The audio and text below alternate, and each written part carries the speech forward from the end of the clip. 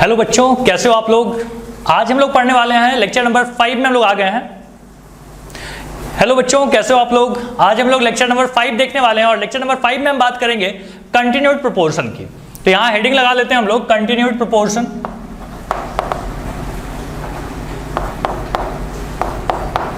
Continued proportion. अब देखिए continued proportion में क्या हम लोग बात करने वाले हैं कि मान लीजिए हमारे पास दिया हुआ है कि A:B और प्रोपोर्शनल टू C:D। तो हम क्या बोलते हैं कि A/B इज इक्वल टू अगर C/D हो जाए, ठीक है, ये चारों नंबर अगर इस तरीके से आ जाए कि first by second is equal to third by fourth अगर आ जाए, ठीक है, अगर ऐसा हो जाए देन क्या बोलेंगे, then A/B/C/D is in continued proportion. Continued proportion, बात समझ में आ रही है। अगर चार number first second third fourth, ठीक है, इसको बाद में लिखना, छोड़ो इसको। मैं बोल रहा हूं अगर चार नंबर A/B/C/D चार नंबर हमारे पास दिए हुए थे, बोलता है कि अगर first by second is equal to third by fourth आ जाए तो हम क्या बोलेंगे कि ये चारों नंबर जो है वो क्या है, कंटिन्यूड प्रोपोर्शन में। ठीक है, अगर ये कंटिन्यूड प्रोपोर्शन में है तो क्या हम ऐसे लिख सकते हैं कि AD into BC, AD is equal to क्या हो जाएगा, BC। बोल सकते हैं ऐसा, बोल सकते हैं। तो इसी चीज को हम बोलते हैं कंटिन्यूड प्रोपोर्शन। अब एक बात समझिएगा कि अगर हमारे पास तीन नंबर दिया हुआ है कि A/B/C, अगर ये कंटिन्यूड प्रोपोर्शन में है तो क्या आप बोल सकते हो कि सेकेंड बाई, या ऐसे लिख देना कि first by second is equal to second by third.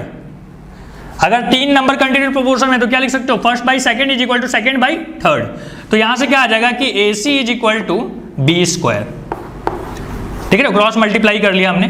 तो तीन नंबर कंटिन्यूड प्रोपोर्शन में, चार नंबर कंटिन्यूड प्रोपोर्शन में, दोनों की कहानी आपको समझ में आ गई।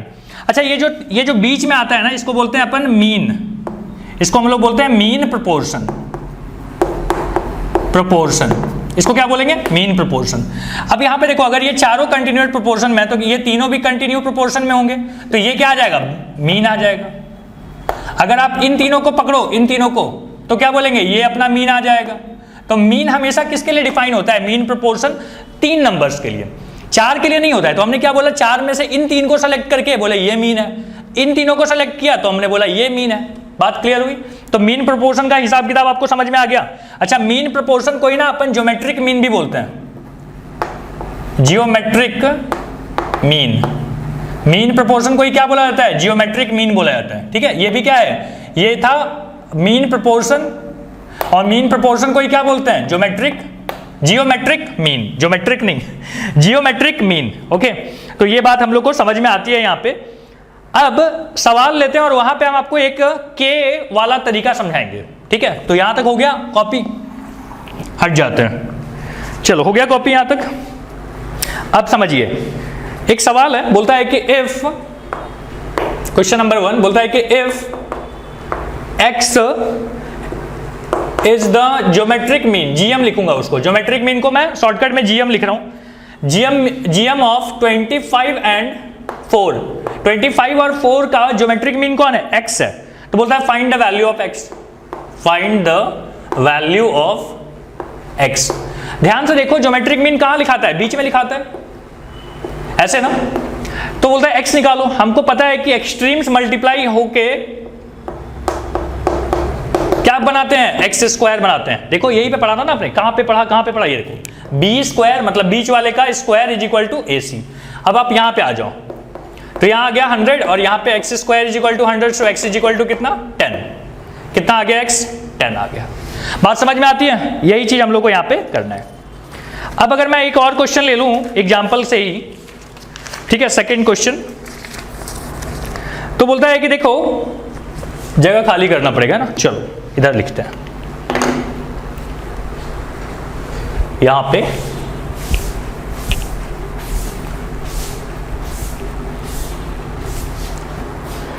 आइए, हो रहा है रिकॉर्डिंग, हाँ जी रिकॉर्डिंग हो रही है। क्वेश्चन नंबर 2 यहां पे डिस्कस करते हैं। बोलता है कि if 4a² b, 8ab² p are in continued proportion, then find the value of p। क्या करना है, फाइंड p।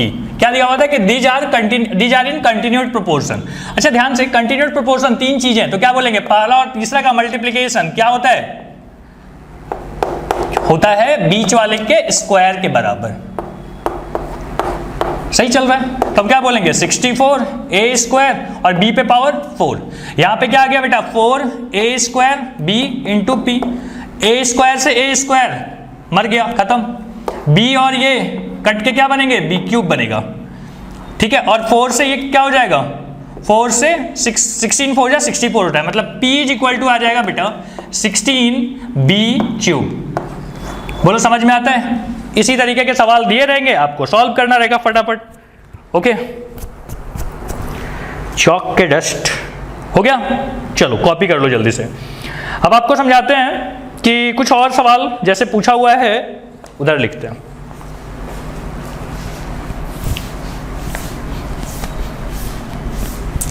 हाँ जी, बुक का एक सवाल है, बोलता है कि इफ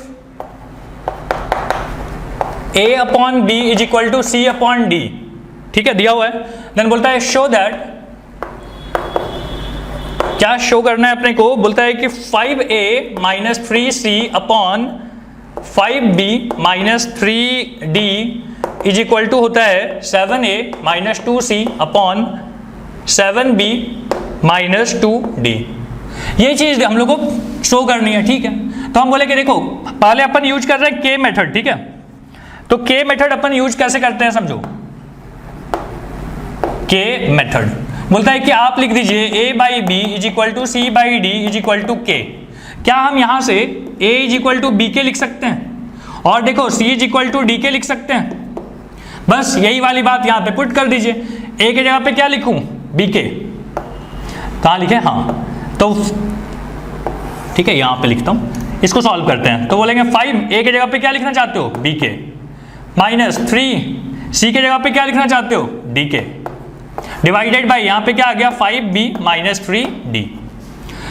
और बेटा यहां पे क्या आता है देखो 7 a के जगह पे क्या लिखेंगे, a के जगह पे b के लिख देते हैं और यहां पे है 2 c के जगह पे क्या लिखेंगे, d के, divided by 7b minus 2d।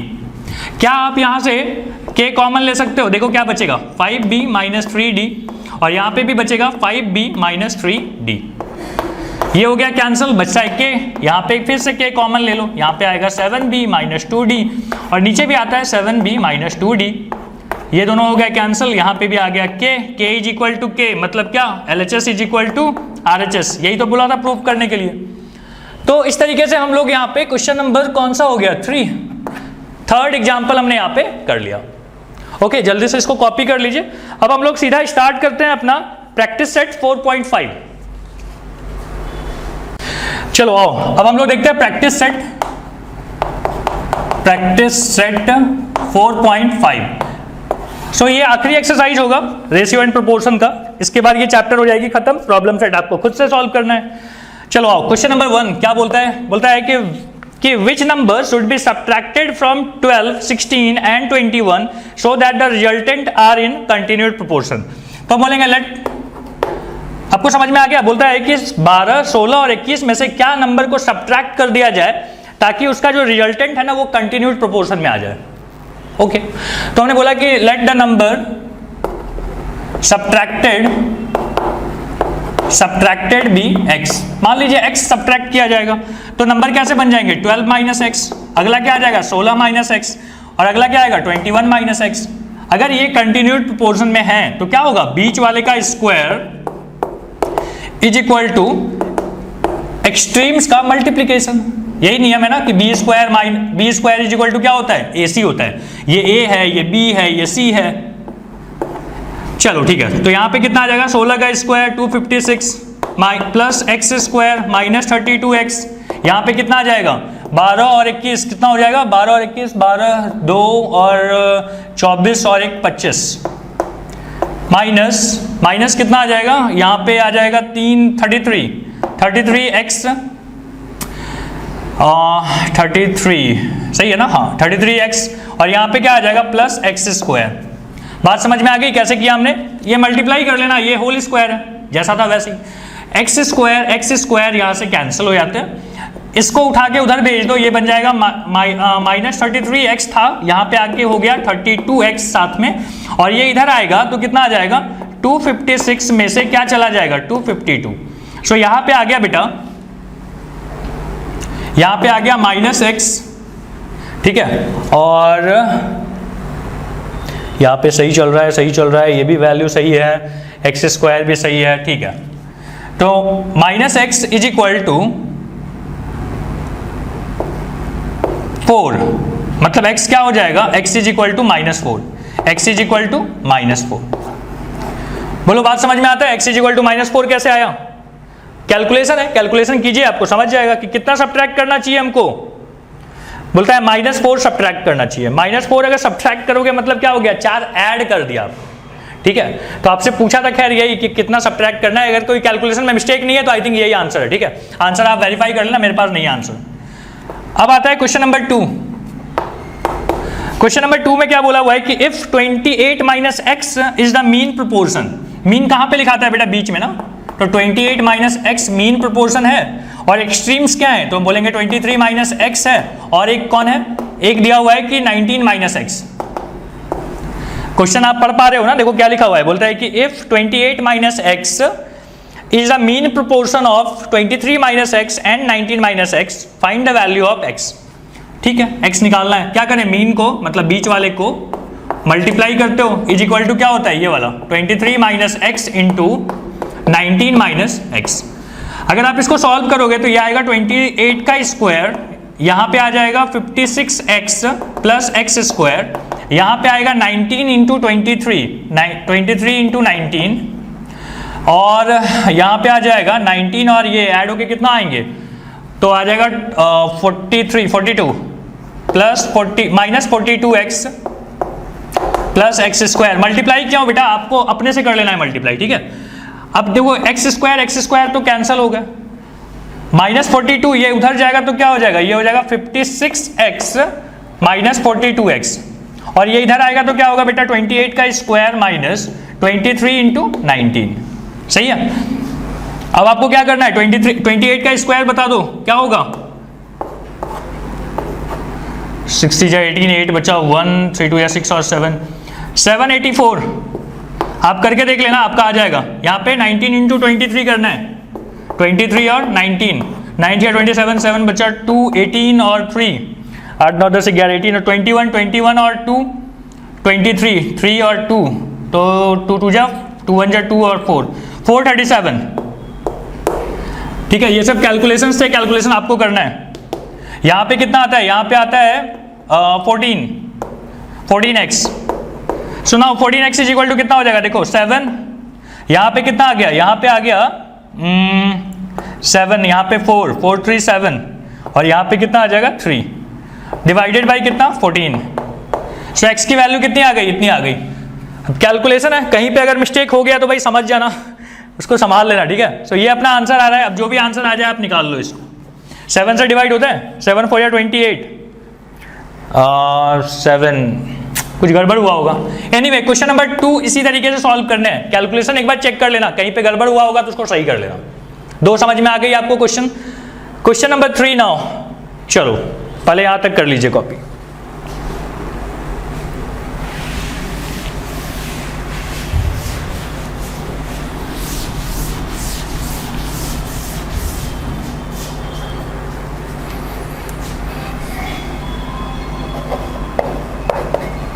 अब है क्वेश्चन नंबर 3, बोलता है कि 3 numbers are in continued proportion. बोला हुआ है कि 3 numbers are in continued proportion, ठीक है। तो कौन कौन से नंबर हैं नहीं पता। बोलता है whose mean proportion is 12। Mean proportion कहां आता है, बीच में। और क्या बोलता है कि and the sum of the remaining 2 is 26। तो मान लीजिए एक x होगा तो एक क्या होगा 26 माइनस x होगा। बोलो समझ में आता है, दोनों जो एक्सट्रीम्स है ना उसका सम 26 था, तो एक अगर x है तो दूसरा क्या होगा 26 माइनस x होगा। ओके, बोलता है फाइंड द नंबर्स। ओके, सारे नंबर्स आपको बताने हैं। तो हम बोलेंगे कि एक्सट्रीम्स को मल्टीप्लाई करने पे क्या आता है, मीन का स्क्वायर आता है। तो यहाँ पे कितना आ जाएगा बेटा, यहाँ पे आ जाएगा -x², यहाँ पे आता है 26x, यहाँ पे आता है 144। अगली बार आप इसको सबको उधर लेके जाओगे तो क्या आ जाएगा x² - 26x प्लस 144। 144 के फैक्टर निकाल लीजिए, स्प्लिटिंग द मिडिल टर्म वाला कॉन्सेप्ट यूज कर रहे हैं अपन। 2 से करेंगे तो 36, 2 से करेंगे तो 18, 2 से करेंगे तो 9, फिर 3 से करेंगे तो 3 3 जा एंड 3 से 1। अब आपको चाहिए 26, कैसे आएगा? 3 3 या 9, 2 2 या 4 2 या 8 2 या 16, 16 और 9 नहीं आता, तो 4 3 या 12 और अगेन 4 3 या 12, 24 आएगा, वो भी नहीं चलेगा। 3 2 या 6 2 या 12, 12 4 या 48 नहीं चलेगा। 3 3 या 9 2 या 18, 18 2 या कितना हो गया? 36, 36 माइनस 4, ये भी नहीं होगा। 3 3 या 9 और यहाँ पे क्या आ जाएगा? 2 2 या 4 2 या 8 2 या 16, 16 और 9, 16 और 9 कितना होता है? 25। 18 एंड 8 क्या आ गया आपके पास? 18 एंड 8 मतलब 3 3 या 9 2 या 18, ये देखो यहाँ पे, और इसको जोड़ी को अलग रखो, तो 3 3 या 9 2 या कितना आ जाएगा? 3 3 या 9 2 या 18, 18 और 8 कितना होता है? 26। तो लिख दीजिए, यहाँ पे आ गया 18x और यहाँ पे आ गया 8x, यहाँ पे आ गया 144।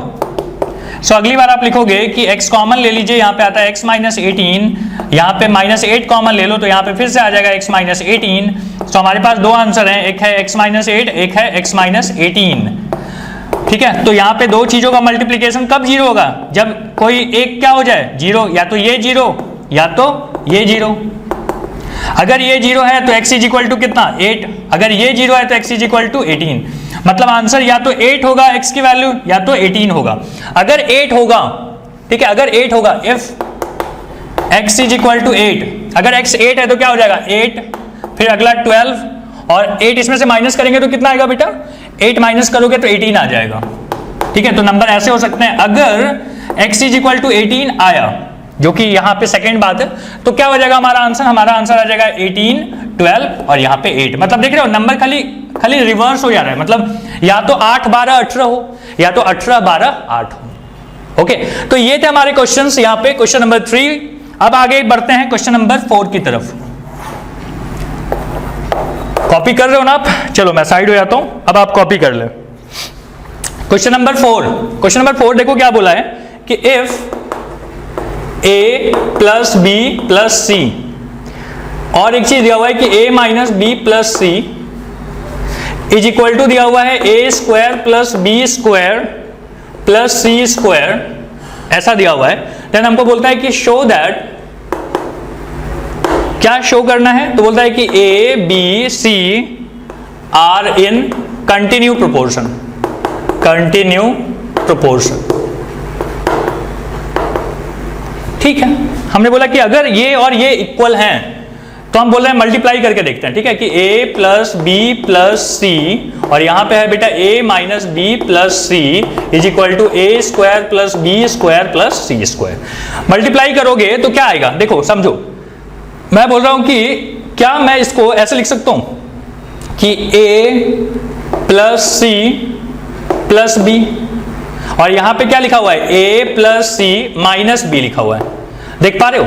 देखो मैं बोलूंगा कि ये सेम चीज प्लस b है, तो हम इसको ऐसे लिख सकते हैं। देखो a प्लस सी का होल स्क्वायर माइनस b का स्क्वायर। समझ में आ रहा है कैसे किया?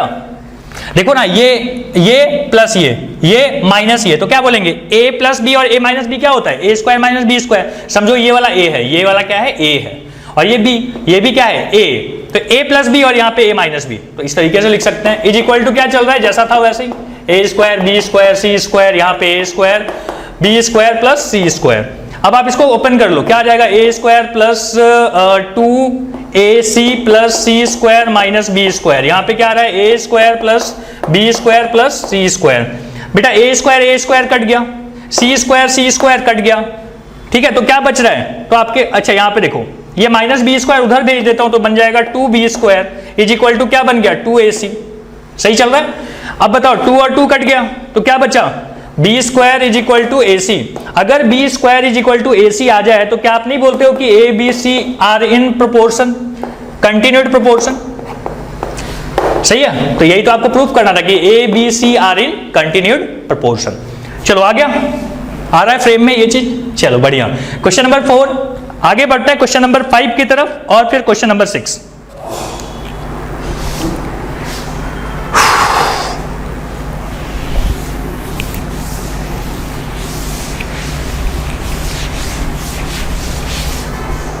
आइए क्वेश्चन नंबर 5 करते हैं। क्वेश्चन नंबर 5 में दिया हुआ है कि if a upon B is equal to B upon C, ठीक है। तो बोलता है कि क्या करो, show that first part, first है कि a plus B plus C और यहां पे दिया हुआ है b minus C is equal to A B minus C square, ठीक है। अगर ये है तो ये प्रूफ करना है। कैसे किया जाए, देखो ध्यान से, हमने k मेथड पढ़ा था। हम बोल सकते हैं कि दिस इज इक्वल टू के, दिस इज इक्वल टू के। अगर k है तो हम बोल सकते हैं a is equal to B के। कहीं पे लिख दूं यहाँ पे साइड में, क्या बोल रहा हूं, a is equal to B के। फिर आप क्या लिख सकते हो, b is equal to c के। b इज इक्वल टू क्या लिख सकते हैं, सी के, और कुछ नहीं।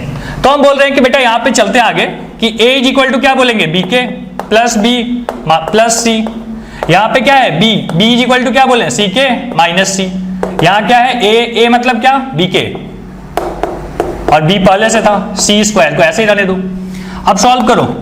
देखो हम लोग फिर क्या चाहते हैं कि b के जगह पे सी के लिखें, तो b इज इक्वल टू क्या हो जाएगा, सी के इंटू के क्या होता है, सी के स्क्वायर।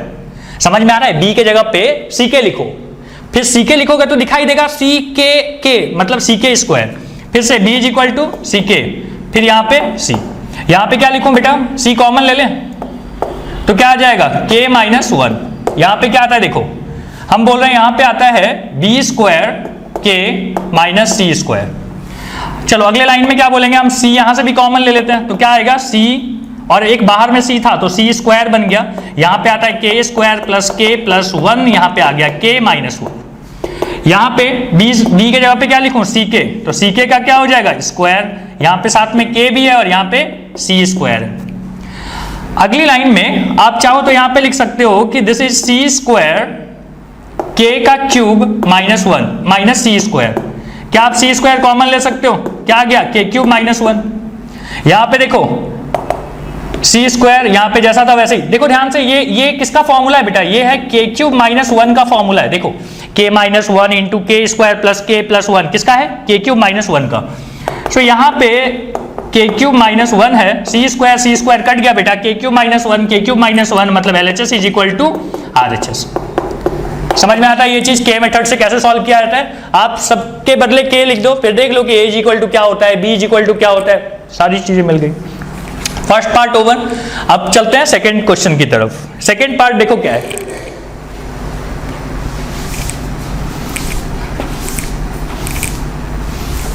यहां पे करते हैं सेकंड क्वेश्चन, क्वेश्चन नंबर 5 का सेकंड। देखो ये वाला जो पार्ट है ये यहां भी यूज होगा ना, क्योंकि सेम चीज के लिए अपन देख रहे हैं। तो यहां पे है, बोलता है कि a square plus B square और यहां पे दिया हुआ है कि b square plus C square is equal to क्या है, तो बोलता है इज इक्वल टू है a b plus b c का होल स्क्वायर। आराम से सॉल्व कीजिए। क्या बोलेंगे, ए के जगह पे क्या लिखना चाहोगे आप, बी के, तो हम लिखेंगे बी स्क्वायर के स्क्वायर प्लस बी स्क्वायर। कोई दिक्कत तो नहीं। b इज इक्वल टू क्या लिखोगे, सी के, तो हम बोलेंगे सी स्क्वायर के स्क्वायर प्लस सी स्क्वायर। यहाँ पे a के जगह पे क्या लिखोगे, b के, तो बोलेंगे b स्क्वायर के बन गया। और यहाँ पे b के जगह पे क्या लिखोगे, सी के, तो हम बोलेंगे सी स्क्वायर के बन गया है और यहाँ पे स्क्वायर। अब आप चाहो तो यहाँ से b स्क्वायर कॉमन ले सकते हो, बनेगा के स्क्वायर प्लस 1। यहाँ पे आप सी स्क्वायर कॉमन ले सकते हो तो क्या बनेगा, सी स्क्वायर के स्क्वायर प्लस 1। यहाँ पे क्या बनता है बेटा, यहाँ पे के स्क्वायर आप कॉमन ले लीजिए, या एक काम कर लो, हाँ ठीक है, के स्क्वायर कॉमन लोगे, कॉमन लेके जब बाहर निकालोगे तो क्या बनेगा, तो के स्क्वायर बन के बाहर आएगा और यहाँ बन गया बी स्क्वायर प्लस सी स्क्वायर का होल स्क्वायर। ठीक है, तो के स्क्वायर ऐसा आ रहा है। ठीक है, अब हम बोलेंगे बी स्क्वायर सी स्क्वायर के स्क्वायर प्लस 1 का होल स्क्वायर। दोनों एक जैसा है इसलिए हमने बोला स्क्वायर होगा। अगले बार में यहाँ पे देखिए के स्क्वायर, बी के जगह पे क्या लिखते हो, सी के, बी के जगह पे क्या लिख सकते हैं, सी के, मतलब सी स्क्वायर के स्क्वायर प्लस सी स्क्वायर का होल स्क्वायर। अगले लाइन में आ जाएगा, यहाँ से सी स्क्वायर कॉमन लेके बाहर आएगा तो सी पे पावर 4 हो जाएगा। यहाँ पे है के स्क्वायर, यहाँ पे आ गया के स्क्वायर प्लस 1 का होल स्क्वायर। यहाँ पे भी यही चीज है, बी स्क्वायर सी स्क्वायर, यहाँ पे आ गया के स्क्वायर प्लस 1 का होल स्क्वायर, के स्क्वायर प्लस 1 का होल स्क्वायर, और ये कैंसिल। अब देखो बी स्क्वायर की जगह पे क्या लिख सकते हैं, b इज इक्वल टू क्या होता है सी के, तो हम बोलेंगे सी स्क्वायर के स्क्वायर, यहाँ पे है सी स्क्वायर इज इक्वल टू सी पे पावर 4 के स्क्वायर कैंसिल, सी पे पावर 4 सी पे पावर 4 क्या आ गया LHS is equal to RHS। तो आपका काम, मेन काम क्या है, बस ये वैल्यू पुट करते जाओ। ठीक है, थोड़ा लेंदी हो सकता है, लिखना बहुत पड़ सकता है, लेकिन आएगा जरूर, ये बात तो तय है। क्वेश्चन नंबर हमने 2 कर लिया, एक करते हैं क्वेश्चन नंबर 3। अच्छा 3 ही क्वेश्चन थे, क्वेश्चन नंबर 5 में 3 ही क्वेश्चन थे, तो मैं यहां से मिटा के लिखता हूं। ठीक है, थर्ड क्वेश्चन, थर्ड अपने को बोला है कि a square plus B square upon a b is equal to क्या दिया हुआ है, बोलता है a plus c upon b. कैसे सॉल्व किया जाए, वही काम, a इज इक्वल टू क्या पुट करें b के, तो क्या हो जाएगा बी स्क्वायर के स्क्वायर यहां पे बन जाएगा प्लस बी स्क्वायर हो गया, a की जगह पे क्या पुट करना है बेटा b के, तो b के और साथ में b भी था, यहां पे a की जगह पे क्या पुट करना है b के प्लस c, भाई b की जगह पे c के। चलो तो यहां से बी स्क्वायर कॉमन ले लो, बी स्क्वायर से कट जाएगा, देखो बी स्क्वायर कॉमन, यहां पे आ गया बेटा k square plus 1 upon b square, यहां पे के, बी स्क्वायर कैंसिल, यहां पे b इज इक्वल टू फिर से क्या लिख सकते हो सी के, तो हम बोलेंगे सी के स्क्वायर बन जाएगा और यहां पे c डिवाइडेड बाई सी के। c अगर कॉमन ले लो तो क्या बचता है, c अगर कॉमन ले लिया जाए तो बचता है के स्क्वायर प्लस 1 अपॉन के सी के, c और c कैंसिल, यहां पे तो ऑलरेडी आ रहा था अपना के स्क्वायर प्लस 1 बाई के, क्या लग रहा है आपको दोनों इक्वल आ रहे हैं, तो हम बोलेंगे LHS इज इक्वल टू क्या हो जाएगा RHS। तो बड़े ध्यान से ना आपको एक एक लाइन सोच समझ के लिखना पड़ेगा, नहीं तो आपसे गलती हो जाएगी। ठीक है, सो लेंथ देख के डरो मत इसका। नाउ क्वेश्चन नंबर 6, ये सब मिटा देते हैं।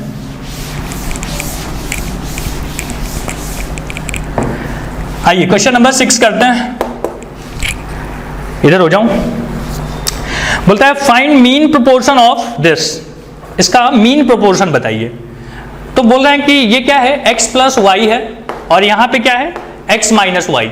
मीन प्रोपोर्शन आपको पूछा है, मान लीजिए यहां पे a है और इधर क्या है, तो बोलता है x square minus y square upon x square और वाई स्क्वायर। मीन प्रोपोर्शन बीच में लिखा था बेटा, तो हमने जगह छोड़ के और वहां पे एक वेरिएबल दे दिया a। अब आप बताओ मीन प्रोपोर्शन का नियम क्या है कि बीच वाले का square is equal to extremes का मल्टीप्लीकेशन, कर लो मल्टीप्लाई, सही है। अब करो सॉल्व, x प्लस वाई, यहां पे है x माइनस वाई, यहां पे क्या आ जाएगा बेटा x square plus y square, plus नहीं है माइनस है, तो हम बोलेंगे एक बार प्लस और एक बार माइनस। यहां पे क्या था एक्स स्क्वायर और वाई स्क्वायर, क्या ये माइनस वाला और ये माइनस वाला कैंसिल हो सकते हैं, क्या बचेगा एक्स प्लस वाई का होल स्क्वायर और यहां पे आ गया एक्स स्क्वायर वाई स्क्वायर, किसके बराबर आया है ए स्क्वायर के। क्या ए की वैल्यू अगर हम ए लिखना चाहें, मतलब स्क्वायर हटेगा तो यहां पे क्या आ जाएगा रूट आ जाएगा, तो ऊपर वाले स्क्वायर के साथ ऊपर वाला कैंसिल और नीचे वाले दोनों स्क्वायर के साथ ये कैंसिल, मतलब a is equal to x plus y divided by x y. और ये a क्या है, ये है मीन प्रोपोर्शन, तो यही हमसे बोला था सॉल्व करने के लिए। ठीक है, तो आई थिंक यहाँ पे ये भी हमने कंप्लीट कर लिया, क्वेश्चन नंबर 6 भी कंप्लीट कर लिया है। हो गया, लिख लिया, चलो लिखो। इसी के साथ अपना ये चैप्टर और ये एक्सरसाइज यहाँ पे दोनों ही कंप्लीट होता है। अगले लेक्चर में हम लोग मिलेंगे कुछ नए चैप्टर्स के साथ। Thank you.